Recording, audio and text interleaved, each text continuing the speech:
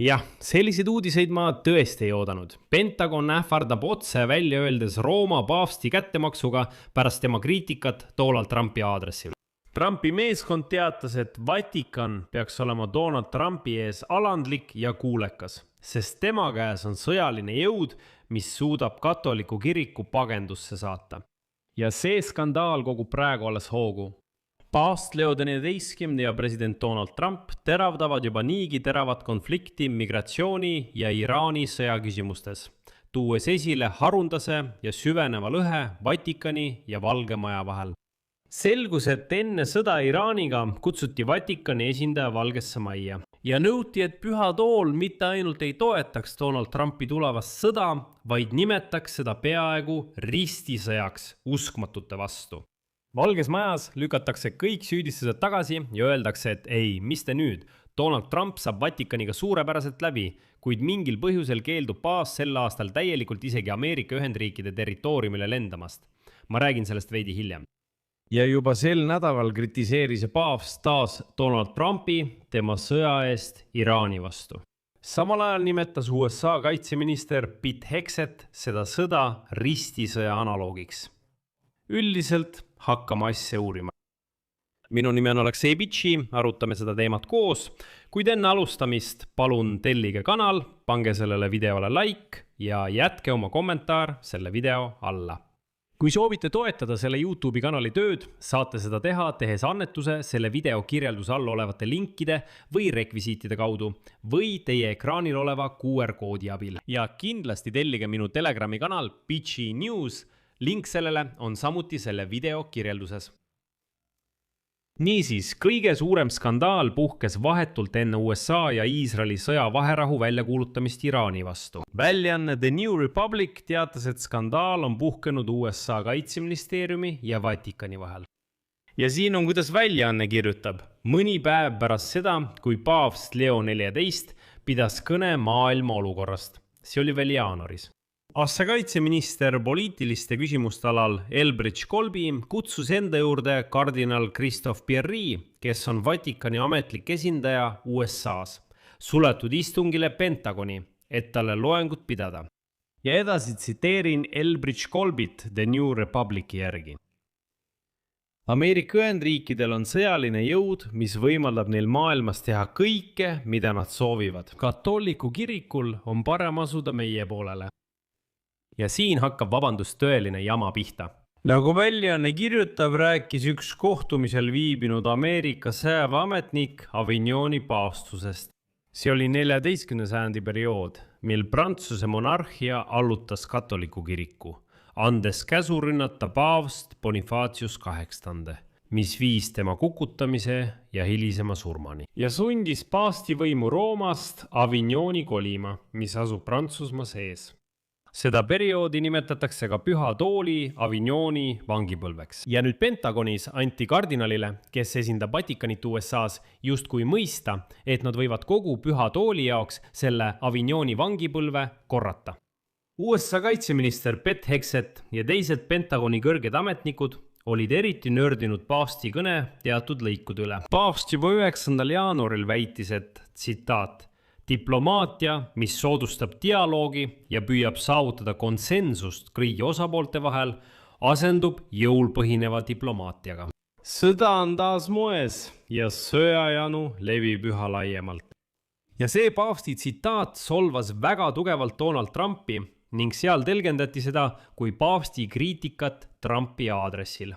Üldiselt oli ilmne, et paavst rääkis just nimelt Trumpist. Sel hetkel oli Trump just kinni võtnud Venezuela diktaatori Nicolas Maduro, eelmisel suvel pommitanud Iraani tuumarajatisi ja valmistus ilmselgelt sõja uueks faasiks. Ta väitis ka, et USA võtab kontrolli Kanada ja Gröönimaa üle. Ja nüüd on eksperdid šokeeritud sellest, et Pentagon kutsub enda juurde kiriku tegelasi, et nõuda neilt lojaalsust. Ja siin toon veel ühe tsitaadi ajakirjast The New Republic. See jõhker hirmutamistaktika on enneolematu, rääkimata juhtudest, kus maailma võim on arvanud, et ta võib jõuga võtta Rooma piiskopi vangi. Vatikan oli Pentagoni hoiatuse pärast nii ärevil, et paavst tühistas oma plaanid külastada sel aastal hiljem Ameerika Ühendriike. Paljud Vatikanis teljendasid Pentagoni viidet Avignoni paavstusele kui sõjalise jõu kasutamise ähvardust Püha Tooli vastu.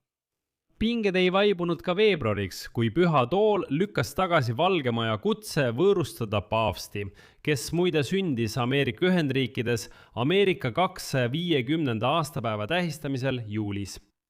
Ja nüüd alandas Vatikan Donald Trumpi, otsustades mitte külastada USA-d iseseisvuspäeval. Paavst. See on väike saar Tuneesia ja Sitsiilia vahel. See pole ka juhuslikult valitud, sest samal ajal kui Trump on iseseisvuspäeva sõjaväeparaadil kusagil Washingtonis, sõidab paavst sellele saarele, sest just sinna saabuvad tuhanded immigrandid Põhja-Aafrikast.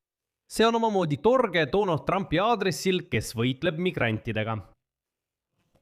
Isegi väljaanne Axios kirjutab, et paavst Leo XIV ja USA president Trump teravdavad niigi teravat konflikti. Tsitaat.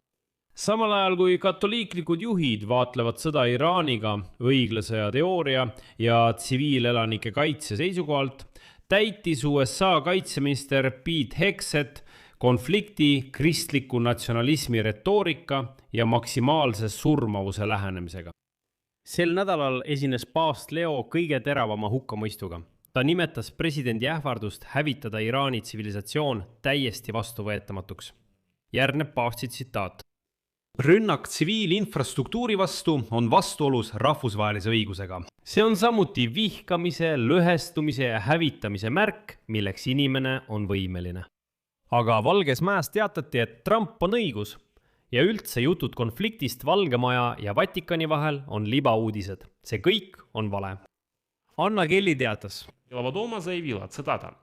Kõik president Trumpi välispoliitilised sammud on muutunud maailma turvalisemaks, stabiilsemaks ja jõukamaks. Ameerika katoliiklased toetasid president Trumpi 2024 aastal kindlalt. President Trumpi administratsioon hoiab väga positiivseid suhteid Vatikaniga.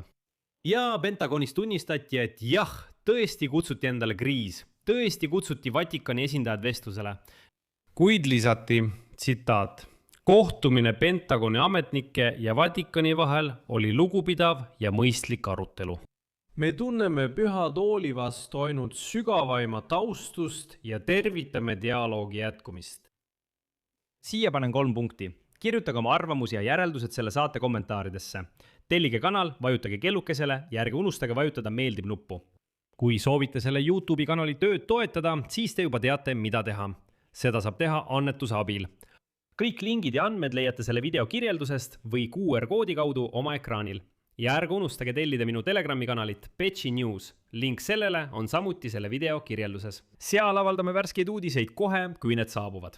Sellega on kõik. Hoolitsege enda eest. Kõigile head aega!